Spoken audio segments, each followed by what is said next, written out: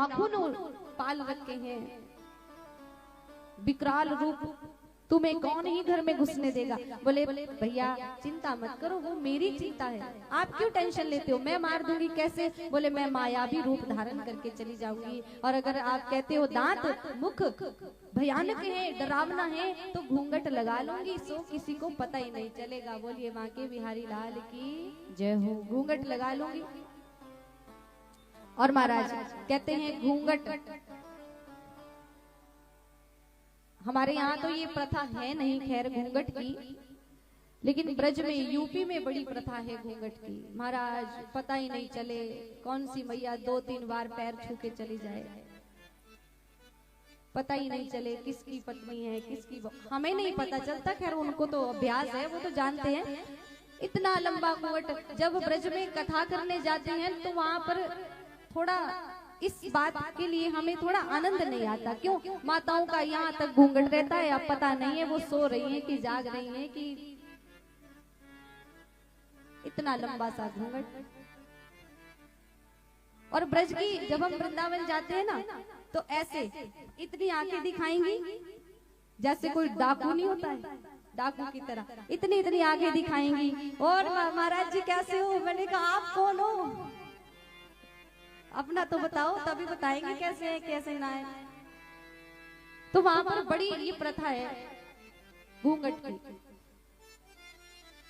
और एक क्या चीज है वहां पर, जब किसी बहू की मतलब किसी की शादी होती है ना नई नई, तो वहां पर एक साल तक वह नई नवेली बहू जो है अपने आसपास के गांव में न जाएगी, न किसी से बात करेगी, किसी के साथ नहीं बोलेगी वो 1 साल तक। मैंने कहा भैया ये बढ़िया है, हमारे यहाँ तो अगर दूसरे दिन बहू बात ना करे ना तो लोग बोलेंगे बड़ी घमंडी है, बोलती नहीं किसी के साथ, बात भी नहीं करती, हाल चाल भी नहीं पूछती। और ब्रज में ऐसा है, नई नवेली दुल्हन बहू 1 साल तक किसी से बात नहीं करेगी, अड़ोसी पड़ोसी से नहीं, गांव गली की किसी से भी नहीं। तो कहते हैं बोले घूंघट लगा के चली जाऊंगी। मैंने कहा घूंघट में तो भैया सही बात है, बड़े बड़े काम हो जाते हैं, लोग 4 घंटे आराम से सो जाते हैं ब्रज में, पता ही न चले। पूतना कह रही है मैं घूंघट लगा लूंगी। और महाराज हमारे शास्त्रों में ये बात आई है कि घूंघट की प्रथा जो है ये हमारे भारतवर्ष में हिंदुओं की देन नहीं है, ये मुस्लिमों की देन है। जब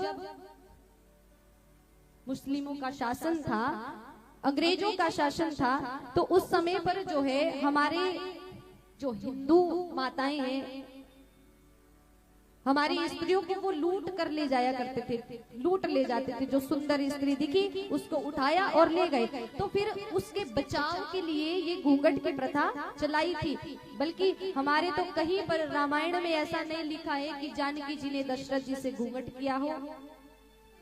तो घूंघट की प्रथा, और घूंघट वास्तव में क्या है? घूंघट है सम्मान।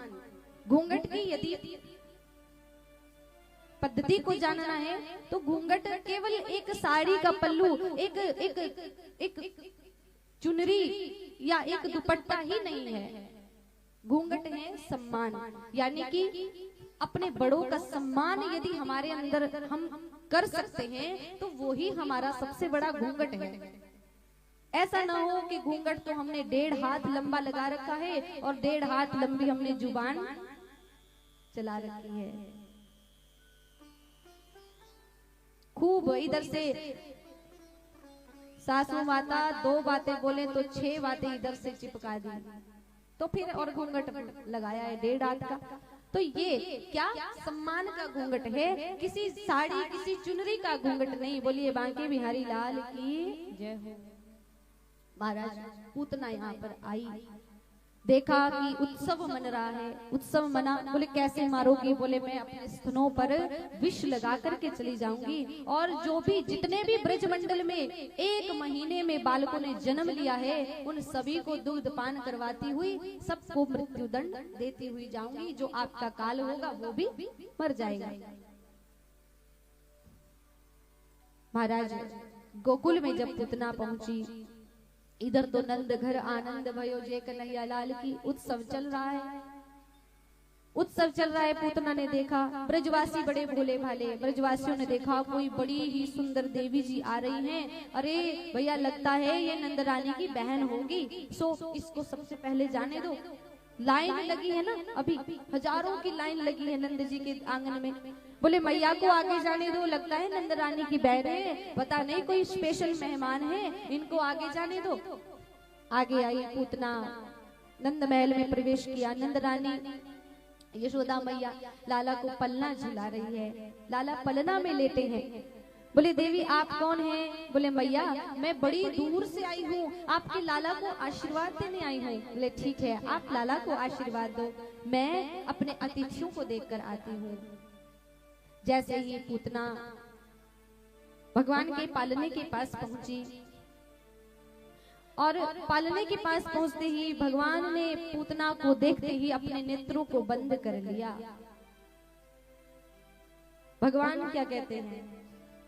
निर्मल मन जन सो मोहि पावा, निर्मल मन जन सो मोहि पावा, मोहि कपट छल छिद्र न भावा, मोहि कपट छल छिद्र न भावा, निर्मल मन जन सो मोहि पावा, निर्मल मन जन सो मोहि पावा, मोहि कपट छल छिद्र न भावा, मोहि कपट छल छिद्र न पावा।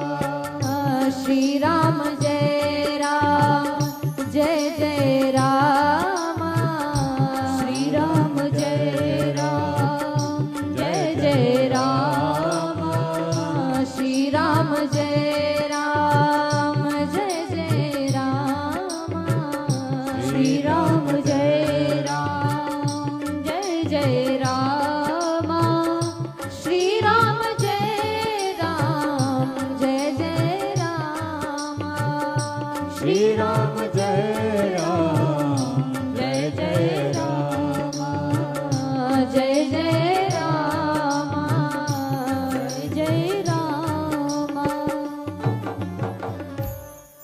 निर्मल मन जन सो मोहि पावा, मोहि कपट छल छिद्र न भावा। भगवान क्या कहते हैं?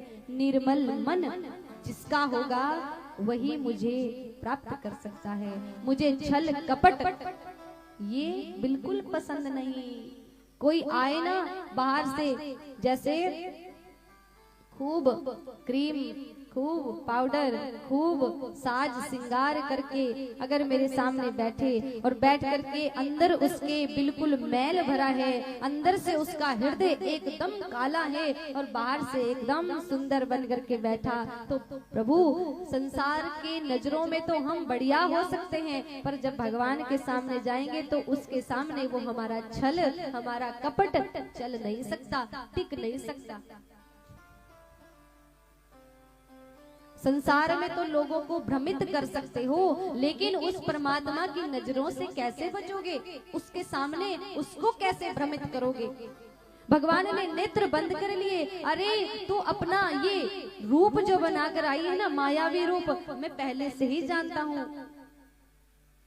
परीक्षित कहते हैं प्रभु गुरुदेव बताइए कि भगवान ने ऐसा क्यों किया, पूतना को देखकर नेत्र बंद क्यों किए? तो सुखदेव जी कहते हैं कि राजन भगवान नेत्र बंद इसलिए करते हैं क्योंकि भगवान की एक आंख में सूर्य है और एक आंख में चंद्रमा वास करते हैं, तो सूर्य और चंद्रमा नहीं चाहते कि हम एक राक्षसी का दर्शन करें, इसलिए उन्होंने अपने आप को बंद कर लिया। भगवान नेत्र बंद करके उन निरपराध बालकों का स्मरण कर रहे हैं कि जिन बालकों की मेरे कारण हत्या होगी, ये दुष्ट राक्षसी कितने बालकों को मारकर आ गई, उनका स्मरण कर रहे हैं।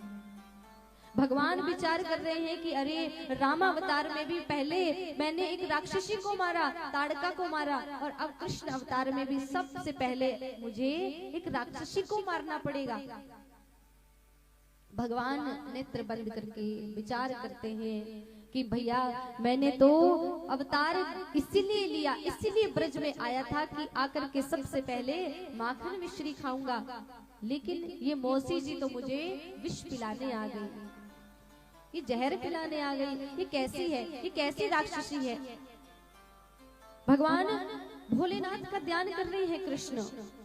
अनेक अनेक संतों ने इतना इतना भगवान की इस लीला पर अपने अपने मत प्रकट किए हैं, अपने अपने मत बताए हैं। एक संत कहते हैं भगवान कृष्ण भोलेनाथ का ध्यान करते हैं कि हे प्रभु, विष पीने की आदत तो पहले से ही आपकी है, इसलिए आप मेरे कंठ में बैठ करके इस विष का पान करो। एक संत कहते हैं कि भगवान विचार कर रहे हैं कि ये मौसी जी आई तो मुझे मारने के लिए हैं, लेकिन कार्य तो एक माँ का करेंगी, इसलिए इनको कौन सी गति देनी चाहिए। बोलिए बांके बिहारी लाल की कौन सी गति प्रदान करनी चाहिए। विचार कर रहे हैं। जैसे ही पूतना ने भगवान को देखा,